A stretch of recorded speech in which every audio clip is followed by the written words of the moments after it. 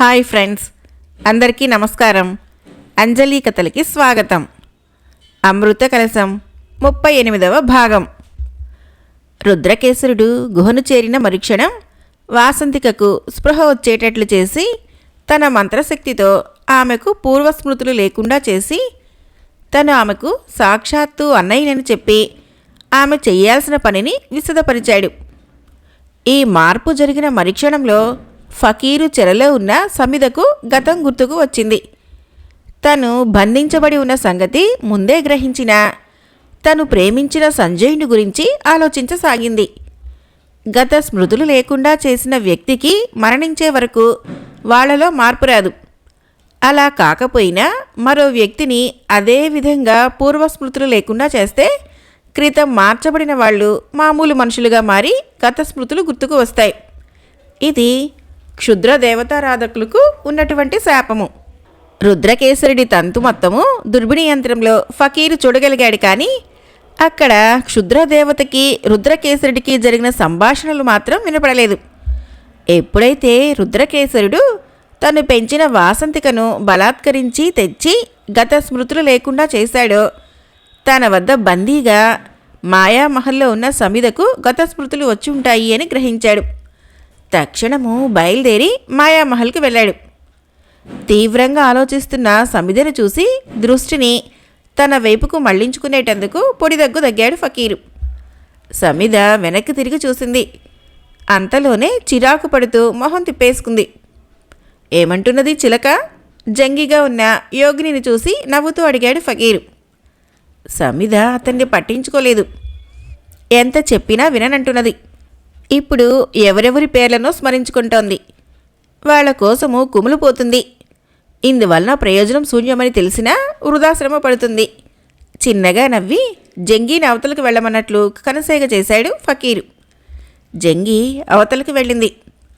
సమిధ, నీ గురించి ఆలోచించేవారు కానీ పట్టించుకునేవారు కానీ ప్రస్తుతానికి ఎవరు లేరు.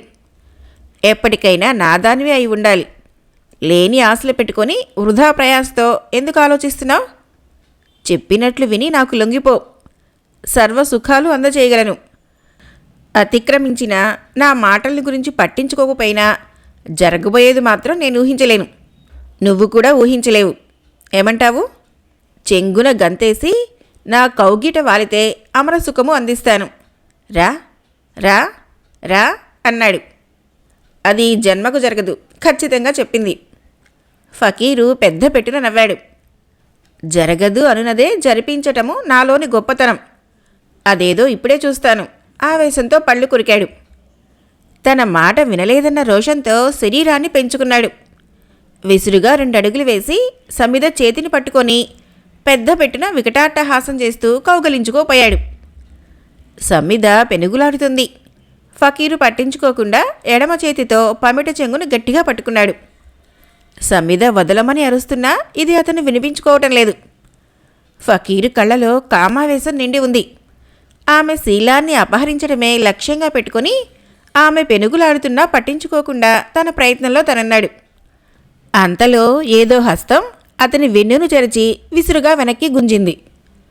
ఫకీరు ఆశ్చర్యంతో గిర్రున వెనక్కి తిరిగి చూస్తూ నువ్వా అని ఇంకేదో అనబోయాడు.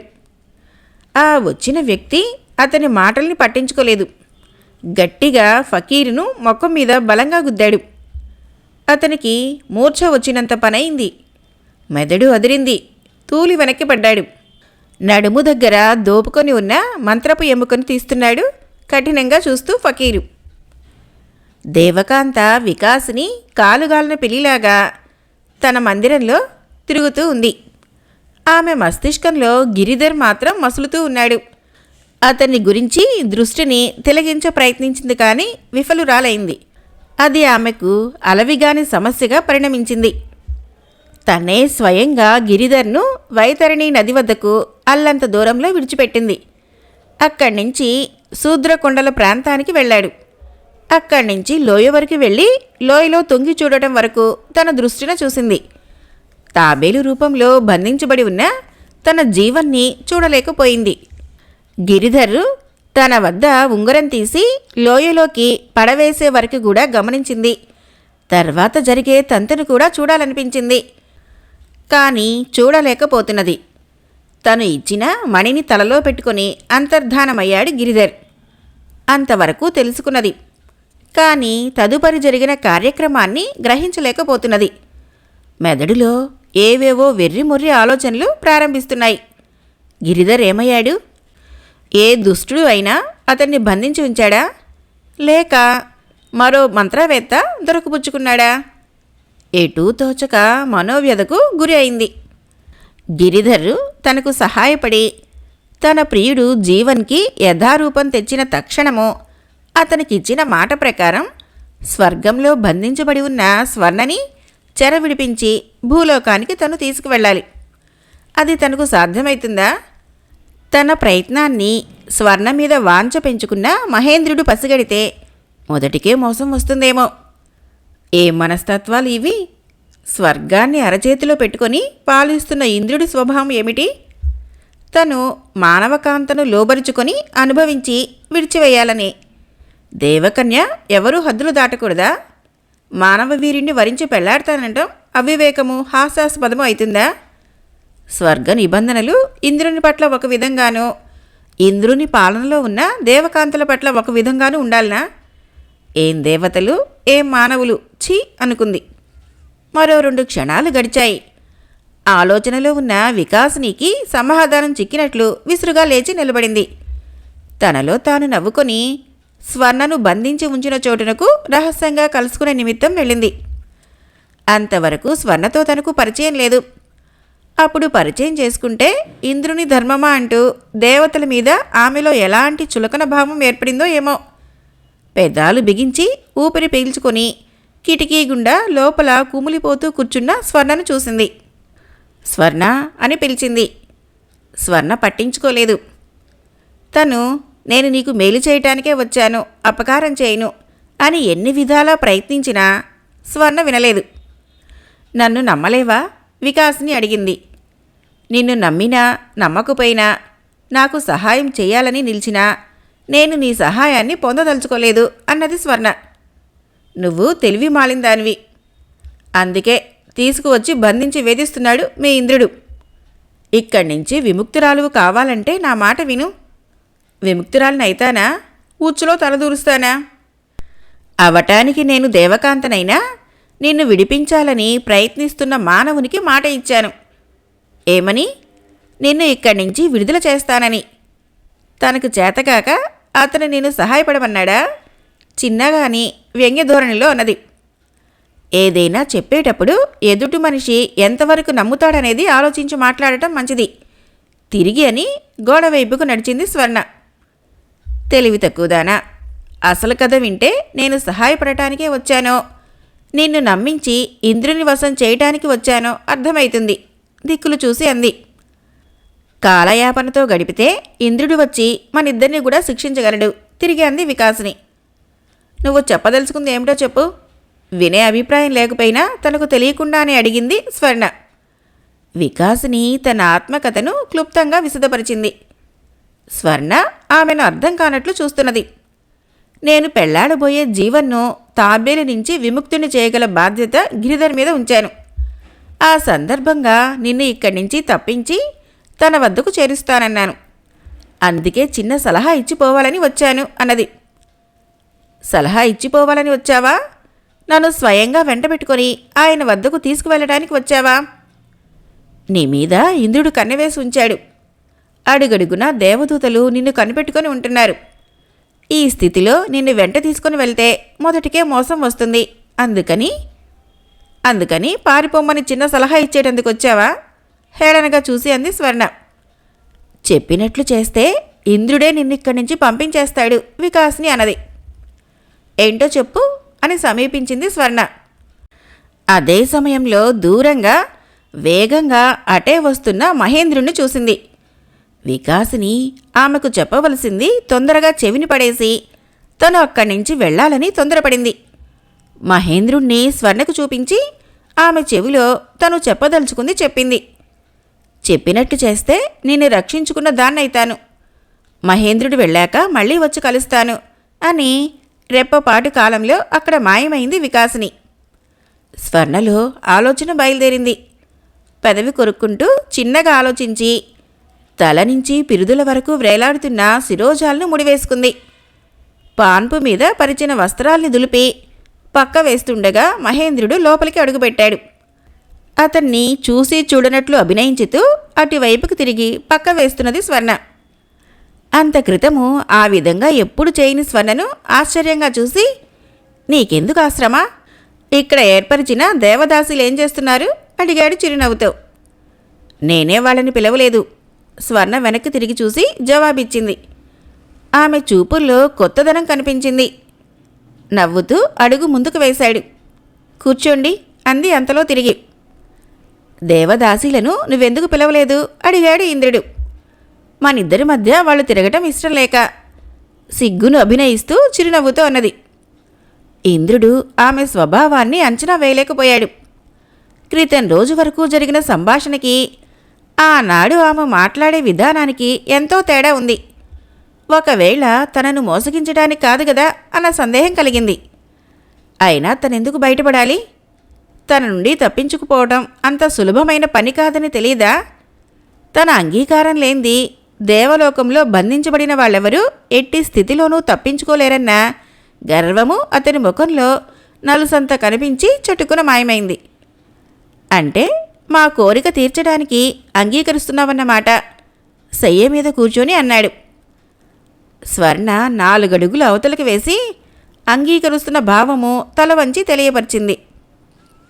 ఇప్పుడు నువ్వంటే నాకు ఎంతో ప్రేమ. నువ్వు నా వశమైన పిదప ఘనంగా బహుకరించి మీ లోకంలో నువ్వు కోరిన చోటికి పంపిస్తాను. మా స్నేహాన్ని విడవలేక ఇక్కడే మా కనుసన్నల్లో ఉండాలనే కోరిక ఉన్నా కొంతకాలము అచ్చట ముచ్చట తీర్చుకునేటందుకు ఇచ్చటనే ఉంచుతాను అన్నాడు. శాశ్వతంగా మీ దాన్ని చేసుకుని ఉంచలేరా? దీనంగా చూసి అడిగింది. అదెలా సంభవమవుతుంది? నువ్వు మానవకాంతవి. మానవకాంతలు స్థిరంగా దేవలోకంలో ఉండేటందుకు వీల్లేదు. మానవకాంతలను దేవతలు మోహించి చెరపట్టి అనుభవించ ప్రయత్నించవచ్చునా? హేళనగా అడిగింది.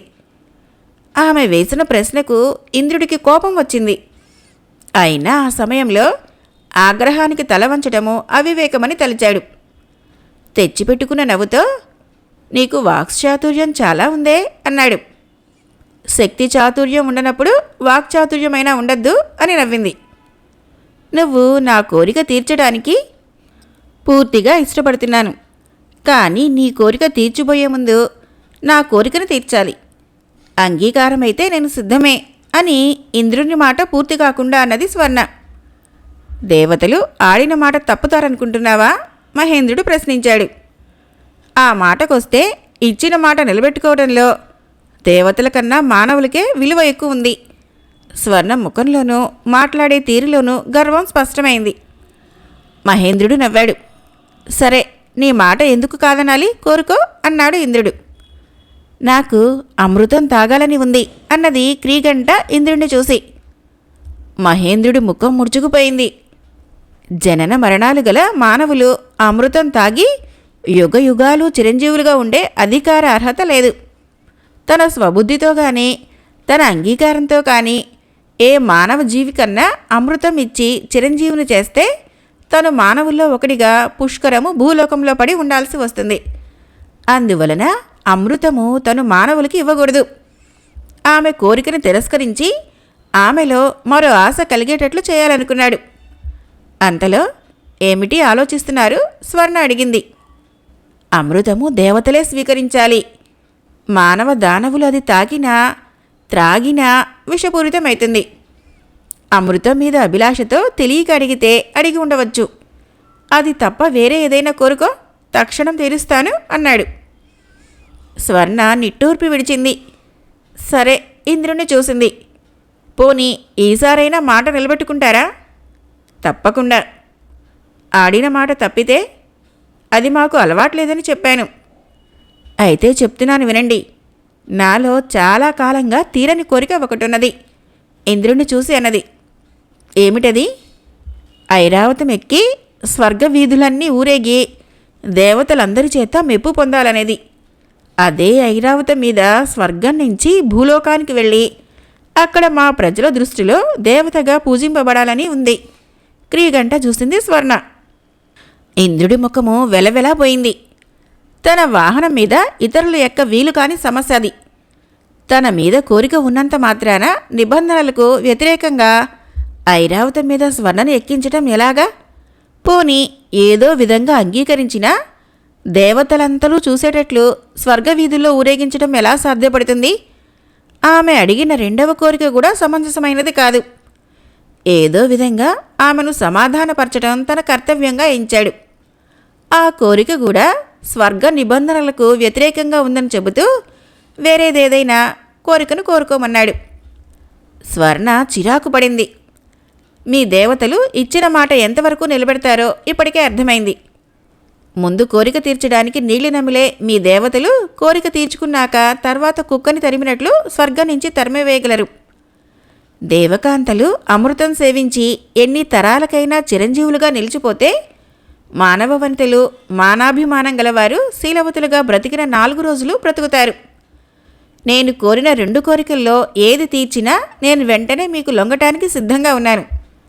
కాదా, కంఠంలో ఊపిరి ఉండగా మీ ఆధీనానికి తలవంచను.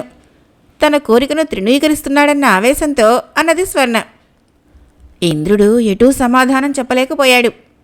స్వర్ణ పెట్టిన 2 షరతులు విషమ షరతులే. ఆమె కావాలంటే తన విలువగానే ఉండి స్వర్ణ దక్కాలంటే దుర్లభమనిపించింది. ఎప్పటికీ అది జరగదనిపించింది. ఈ కోరికలు ఆమెలో ఎందుకు కలిగినట్లు లోలోన ఆలోచించుకొని స్వర్ణతో ఏదో చెప్పబోయాడు మహేంద్రుడు. క్షమించండి మహేంద్ర, ఇంక ఏది చెప్పినా నా మనసుకెక్కదు. తీర్చదలుచుకుంటే ఈ 2 కోరికల్లో ఏదో ఒక కోరిక తీర్చండి, లేదా మాట తప్పిన వారిలాగా ఇక్కడి నుంచి వెళ్ళిపోండి అధికార స్వరంతో అంది. అదే సమయంలో 2 దూతలు వచ్చి మహేంద్రుని ఎదుట నిలబడ్డారు. మహేంద్రుడు ప్రశ్నార్థకంగా ఆ ఇద్దరిని చూశాడు.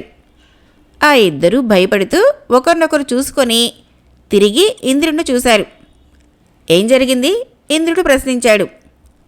ఇక్కడ బంధించబడిన మానవ వీరుడు కనిపించడం లేదు అన్నాడు ఒక దూత. ఏమయ్యాడు? త్రుళ్ళిపడి అడిగాడు ఇంద్రుడు.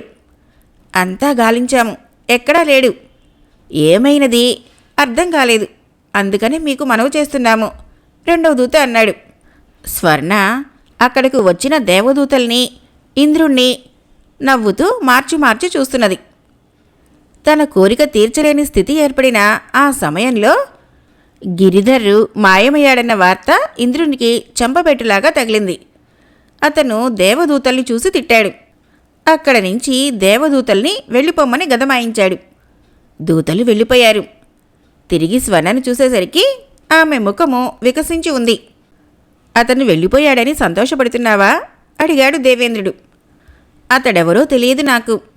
తెలియక దేవదూతల మాటల్ని బట్టి, అతను అంతమంది దేవదూతల్ని తప్పించుకు వెళ్ళిన సాహసాన్ని బట్టి దేవతల మానవుల ఎవరు శక్తివంతులో అర్థం చేసుకోవడానికి ప్రయత్నిస్తున్నాను అన్నది స్వర్ణ.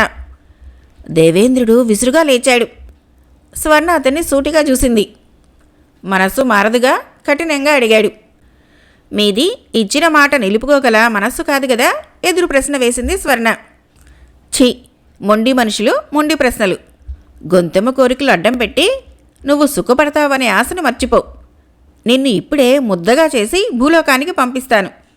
బ్రతుకంతా కదలలేని స్థితిలో అడవిగాచిన వెన్నెల్లాగా అందాన్ని వృధా చేసుకొని అలమటిద్దువుగాని అని పెద్ద పెట్టున ఆ ప్రదేశం అంతా ప్రతిధ్వనించేటట్లు నవ్వి కుడి చేతిని ఆమె వైపు ఆడించాడు ఇంద్రుడు. అప్పటికప్పుడే కుప్పలాగా కూలబడిపోయింది. నోరు తెరిచి ఏమీ అనలేకపోయింది. కదలడము దుర్లభమైంది. రెప్పపాటు కాలంలో అక్కడ అంతర్ధానమై భూమి మీద పడింది. ఆమె వంటిన స్పృహ లేదు. మరో 4 దినాలలో వంగ సామ్రాజ్య యువరాణి కాత్యాయిని ఆరాధించుచున్న సూర్యభగవాన్ని వ్రతం పూర్తి అయితున్నది. రోజులు గడుస్తున్న కొద్దీ గంధర్వరాణి సుహాసినిలో ఆనందం ఎక్కువైంది. సునందుడిలో క్రోధము, కాత్యాయిని తనకు దక్కకుండా పోతుందన్న ఈర్ష్య, తన భార్య సుహాసినిదే పైచెయ్యి కాగలదన్న రోషము మనిషిని పట్టి నలిపివేస్తున్నాయి. ఎలాగైనా వంచించి తన కోరిక తీర్చుకోవటమో అగత్యంగా తోచింది. తీవ్రంగా యోచించాడు. పిండితో బొమ్మను చేసి దాన్ని ప్రయోగాత్మకంగా తగలబెడితే తన వద్దనే బంధించబడిన సంజయుడు మరణించుతాడు. ఆమె వ్రతం పూర్తి చేయడానికి అర్హురాలు కాదు అని తలపోశాడు. సునందుడు రహస్యంగా సంజయుని ఎత్తున అతని రూపురేఖలతో బొమ్మను తయారు చేశాడు. గంధర్వ మంత్రవేత్తలను వశపరుచుకొని పిండి బొమ్మకు చేతబడి చేయించాడు. సరిగ్గా సూర్యాస్తమయం అయ్యేలోగా ఆ బొమ్మను సంజయ్ని ఎదురుగా తగలబెట్టాలని మంత్రవేత్తల సలహా. అలా చేస్తే జరిగేదేమిటి? సునందుడు ప్రశ్నించాడు. సంధ్యా సమయంలోగా ఆ పిండి బొమ్మను తగలబెడితే ఆ మరుసటి దినము సూర్యోదయం వేళ కాకుండానే సంజయుడు మరణిస్తాడు. మనస్ఫూర్తిగా కాత్యాయనిని ప్రేమిస్తున్నవాడు కనుక మానసికంగా ఆ ఇద్దరు మనసులు కలిసి ఉన్నాయి కనుక కాత్యాయని వ్రతభంగం కలుగుతుంది. వ్రతభంగం కలిగిన కాత్యాయని వ్రతాన్ని నిర్వహించడానికి వీలులేదు. గంధర్వరాణి సుహాసిని కూడా ఏమీ చేయలేదు. అప్పుడు మీ చెయ్యే పై చెయ్యి అవుతుంది అన్నారు మంత్రవేత్తలు. పిండి బొమ్మ తయారైంది. కార్యక్రమం ప్రారంభించబోయే ముందు తన మనుషులతో సంజయ్ని తీసుకురమ్మన్నాడు. మంత్రవేత్తలందరూ కూడా అదే సమక్షంలో ఉన్నారు. సంజయుడు బయలుదేరి వస్తూ ఉండగా అతని వరలోని ఖడ్గాన్ని చూశాడు సునందుడు. ఇతనికి ఖడ్గం ఎలా వచ్చినట్లు అని ఆలోచిస్తున్నాడు సునందుడు. అక్కడికి వచ్చిన తర్వాత సంజయుడికి పరిస్థితి పూర్తిగా అర్థమైంది. అతడు తన కరవాలానికి పని చెప్పాడు. అక్కడ ఉన్న దూతల్ని అందర్నీ తన ఖడ్గంతో ఎదుర్కొన్నాడు. ఇంతకు ముందెన్నడూ అతను అలా విజృంభించలేదు. అతన్ని ఏ శక్తి కాపాడింది? ఎలా రక్షించబడుతున్నాడు? ఈ రెండు ప్రశ్నలు సమాధానం చిక్కనివిగా సునందుని మెదడు చెదరగొడుతున్నాయి. తన ఎదురుగా నిలబడి తన వైపే సూటిగా ఖడ్గం చూపిస్తున్న సంజయుణ్ణి పరీక్షగా చూశాడు. అతని చేతికి పచ్చని పుష్పంలో ఏదో రక్షాబంధం కట్టబడి ఉంది. అది ఇంత క్రితం తన హస్తానికి చూసి ఉండలేదు. నీ సందేహం నాకు తెలుసును. తన చేతి మణికట్టు దగ్గర చూసుకొని చిన్నగా నవ్వాడు. 36 దినాలుగా సూర్యభగవాన్ని పూజాపీఠం మీద పూజింపబడిన రక్షాబంధం ఇది. ఇక నన్ను జయించడం నీ తరం కాదు కదా, నిన్ను సృష్టించిన వాడి తరం కూడా కాదు. మానవులు మీ పాలిట ఎందుకు సింహస్వప్నంగా కనిపించుతారో ఇప్పటికైనా తెలుసుకో. మంచికి మంచి, చెడికి చెడు చేయటంలో మానవ వీరులు సిద్ధహస్తులు అని మరవకు. వ్యవహారం ముదరకుండానే ఈ 4 దినాల్లోనూ నీ తప్పిదాన్ని నువ్వు తెలుసుకొని జాగ్రత్తగా ఉంటే ముందుగానే సుహాసినీదేవి గారితో సుఖజీవనం చేయగలుగుతావు. ఆన తప్పావా గంధర్వలోకం నుంచే నిన్ను సాగరంపే ప్రమాదం సంభవిస్తుంది. జాగ్రత్త అని అక్కడి నుంచి వెళ్ళబోయి ఆగాడు. మళ్ళీ నన్ను బంధించడానికి ప్రయత్నించావా? అది నీ చేతగానితనం మాత్రమేనని తెలుసుకో. లేని అవమానానికి తలవంచాల్సి వస్తుంది అని విసురుగా కాత్యాయిని పూజామందిరం వైపు పరిగెత్తాడు సంజయుడు. సునందుడు లేచి నిటారుగా నిలబడ్డాడు. మెదడు చురుగ్గా పనిచేస్తుంది.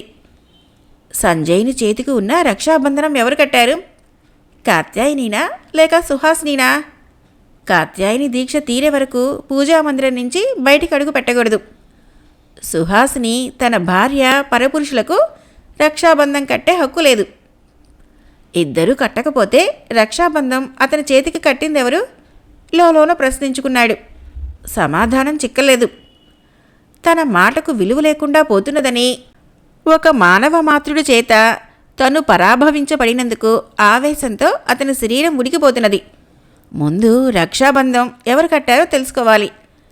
అనంతరము పట్టు విడవకుండా ఆఖరి క్షణం వరకు తన ప్రయత్నాల్ని విరమించకూడదు అనుకున్నాడు. అతని ముఖము ఆవేశంతో ఎర్రగా మారింది. అంతలో అవతలగా పడి ఉన్న మంత్రవేత్త నెమ్మదిగా లేచి నిలబడ్డాడు. అంత మంత్రగాడినని గంధర్వలోకంలో అనిపించుకుంటూ ఒక మానవుని చేతిలో దెబ్బలు తిని మూర్ఛపోయిన మంత్రగాడిని చూసి మండిపడ్డాడు సునందుడు. మీరు శాంతించండి, ఈసారి మరో ప్రయోగం చేస్తాను. దాంతో ప్రేమికులు సంజయ కాత్యాయినీలు మరణించి శవాల రూపంలో భూలోకంలోకి చేరతారు అని చెప్పాడు మంత్రవేత్త. సునందుడు విసురుగా అతని చెంప మీద కొట్టాడు. సిగ్గులేక పైగా ఇద్దరినీ ఇక్కడే శవాలుగా మార్చి పంపుతానని చెప్పుకుంటున్నావా? నీకంటే భూలోక మాంత్రికులు ఎన్నో రెట్లు మెరుగు అని అన్నాడు సునందుడు. నేననేది అది కాదు అని ఇంకేదో చెప్పబోతున్నాడు మంత్రవేత్త. ఏదైనా నీ సలహా నాకు అనవసరం. చేతనైతే నేనే చేసుకుంటాను, లేకపోతే నేనే అవమానపడతాను. నీ సలహా మాత్రం నాకు అవసరం లేదు. అనుకున్నది సాధించలేకపోతున్నానన్న ఆతృతతో తెలివి తక్కువగా నిన్ను పిలిచాను. పిలిచినందుకు ఒక తుచ్చ మానవుడి చేత మంచి బహుమానం ఇప్పించావు. వెళ్ళు. ఇక ముందు పొరపాటునైనా ఈ విషయంలో నీ ముఖం నాకు చూపకు పో అని ఆవేశంతో గట్టిగా అరిచాడు సునందుడు. అంతకన్నా విధిలేక వెనక్కి తిరిగి కిక్కురుమనకుండా వెళ్ళిపోయాడు మంత్రవేత్త. సునందుడు అంతఃపురంలో అడుగుపెట్టి అక్కడికి మహారాణి సుహాసినిని పిలిపించాడు. ఒక్క కాత్యాయని విషయంలో మినహా మిగతా వ్యవహారాలన్నీ ఆలుమగలు ఇద్దరూ ఆలోచించుకొని ఒకే మాట మీద వాళ్ల పనులు చక్కబెట్టుకుంటున్నారు. దాంపత్య వ్యవహారాలు కానీ పరిపాలనా విషయాలు కానీ ఒక్క కాత్యాయని గురించిన సమస్య వచ్చేసరికే ఒకరినొకరు పూర్తిగా వ్యతిరేకించుకుంటున్నారు. అందువలన సుహాసిని దేని గురించో సంప్రదించేటందుకు తన భర్త పిలిపించి ఉంటాడు అనుకుంది. వస్తూనే భర్త సునందుని పాదాలకు నమస్కరించి పాదధూళి శిరస్సును ఉంచుకోబోయింది. సునందుడు అవతలికి 4 అడుగులు వేశాడు. అతని ప్రవర్తనను బట్టి అతను కాత్యాయని గురించిన వాదనకే వచ్చినట్లు ఊహించింది. లేచి సునందుడికి ఎదురుగా ఉన్న పీఠం మీద కూర్చోమని చెప్పింది. సునందుడు కూర్చోలేదు. మీరు కూర్చొని అడిగిన దానికి సమాధానం ఇవ్వండి అన్నాడు సునందుడు. భర్త నిలబడి ఉండగా భార్య కూర్చోవటం మన ఆచారం కాదు అంది తను కూడా నిలబడే. సునందుడు నవ్వాడు. సరే, ఏమిటి వచ్చిన విషయం అడిగింది సుహాసిని. ముందు ఈ ఒక్కదానికి సమాధానం చెప్పు తీక్షణంగా అన్నాడు అతను. ఏమిటో విషయం? నిందితుడు సంజయుడి చేతికి రక్షాబంధం కట్టిందెవరు? అతని చేతికి రక్షాబంధం ఉందా? సుందడి మాటకి ఎదురు ప్రశ్న వేసింది సుహాసిని. నీకు తెలీదా? సుహాసిని మాట్లాడలేదు. ఆ రక్షాబంధం నువ్వే కట్టావంటాను తిరిగి కఠినంగా అన్నాడు సునందుడు. కడితే తప్పేమిటి? సుహాసిని అడిగింది. ఆ మాట అనడానికి నీకు సిగ్గుగా లేదా? చెప్పేది అర్థమయ్యేటట్లు చెప్పండి సూటిగా అన్నది. గంధర్వరాణివి నువ్వు. మానవ యువకుని చేతికి రక్షాబంధం కట్టడమో క్షమించరాని నేరం. సుహాసిని నవ్వింది. అదే నేను అడుగుతున్నాను. ఏమిటి? గంధర్వరాజు ఒక మానవ కన్యను చెరబట్టి శీలాన్ని అపహరించాలని చూడటం అంతకన్నా క్షమించరాని నేరమని. నేను గంధర్వలోకానికి చక్రవర్తిని, అది నా ఇష్టం. నేను ఈ లోకానికి మహారాణిని, ఇక్కడ జరిగే అన్యాయాల్ని అరికట్టే అధికారం ఉన్నదాన్ని, అది నా ఇష్టం. నిన్ను నిందితురాలిగా నిలబెట్టి విచారణ జరుపుతాను. అందుకు కారణం మీరే అని రుజువుపరుస్తాను. సుహాసిని అని గట్టిగా అరిచాడు. మీరు ఏవి చెప్పినా సహిస్తాను, కానీ పరకాంతలను పరాభవించితే మాత్రం ఎన్నటికీ సహించను. అదేనా నీ పట్టుదల? నాకు పట్టిన పట్టుదల అదే. మరో 4 దినాలలో ఫలితాలు వస్తున్నాయి అంది. రాని రాకపోని నువ్వు అతని చేతికి రక్షాబంధనం ఎందుకు కట్టావు? ఏమిటా తెలివి తక్కువ ప్రశ్న? నేను నా హద్దుల్ని దాటి సంచరించలేదు, సంచరించను కూడా. మరి రక్షాబంధం కట్టింది మీరు అన్నది నిర్లక్ష్యంగా. నోర్మీ అన్నాడు గట్టిగా. నేనెందుకు నోర్మియాలి? మీకు గుర్తుందో లేదో ప్రత్యక్ష సాక్ష్యం కూడా ఉంది. ఏమిటది? మీరు సయ్యామందిరంలో ఉండగా నేను రక్షాబంధం తీసుకువచ్చాను. అది చూసి ఏమిటని మీరు అడిగారు. సంజయుని చేతికి కట్టేందుకు సూర్యభగవానుడు ప్రసాదించిన రక్షాబంధము అని చెప్పాను.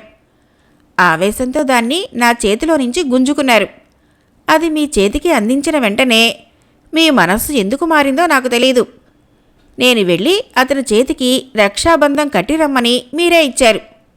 నేను చెయ్యి జాచాను. రక్షాబంధము మీ చేతి నుంచి రాలేదు. మీరు కంగారు పడ్డారు. ఒకరికి ఇచ్చిన రక్షాబంధము వేరొకరి చేతికి అంటిపెట్టుకుని ఉండటం అపచారమని చెప్పారు. మీరు వెనక ముందులో ఆలోచించలేదు. స్వయంగా మీరే వెళ్ళారు. మీ వెనక నేను వచ్చాను. స్వయంగా లోపలికి వెళ్ళి రక్షాబంధము అతను వద్దన్నా వినిపించుకోకుండా అతని కుడి చేతి మణికట్టు వద్ద కట్టారు. మనిద్దరము అందుని గురించి మాట్లాడుతూ ఉండగా 2 దాసీలు ఉన్నారు. వాళ్ళు మీ మాటలు విన్నారు. బందిఖానా వద్ద ఉన్న మీ అనుచరులందరూ, ముఖ్యంగా మీ కుడిభుజం అయిన సిద్ధుడు కూడా ఉన్నాడు. మీరు ఆ మానవ వీరుడికి రక్షాబంధం కట్టడము ప్రత్యక్షంగా చూశారు. మీలో అంత మార్పు రావటానికి కారణము ఆ సూర్య భగవానుడే అని తలిచాను.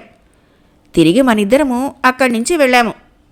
రక్షాబంధము మీరు కట్టిన విషయం ప్రత్యక్షంగా చూసిన వాళ్ళందరినీ అడిగి ఎవరు నిందితులో తెలుసుకోండి అన్నది సుహాసిని. సునందుడిలో ఆశ్చర్యం కలిగింది. సుహాసిని చెప్పిందంతా విని ఆశ్చర్యపోయాడు. సుహాసిని చెప్పిన అందరి దగ్గరికి వెళ్ళి ఆ రక్షాబంధము తనే కట్టినట్లు తేల్చుకున్నాడు. స్వయం కృతాపరాధానికి ఇంకొకరిని నిందించి ప్రయోజనం లేదు అనుకున్నాడు. ఏమైనా సరే వ్రతం పూర్తయ్యేలోపు సంజయుని సంహరించి వ్రతభంగం చేయాలని తీవ్రంగా ఆలోచిస్తున్నాడు గంధర్వరాజు సునందుడు. అమృత కలశం 38వ భాగం సమాప్తం. ఫ్రెండ్స్, నా కథలు నచ్చినట్లయితే మన ఛానల్ని తప్పకుండా సబ్స్క్రైబ్ చేయండి, లైక్ చేయండి, షేర్ చేయండి, కామెంట్ చేయండి. Thank you.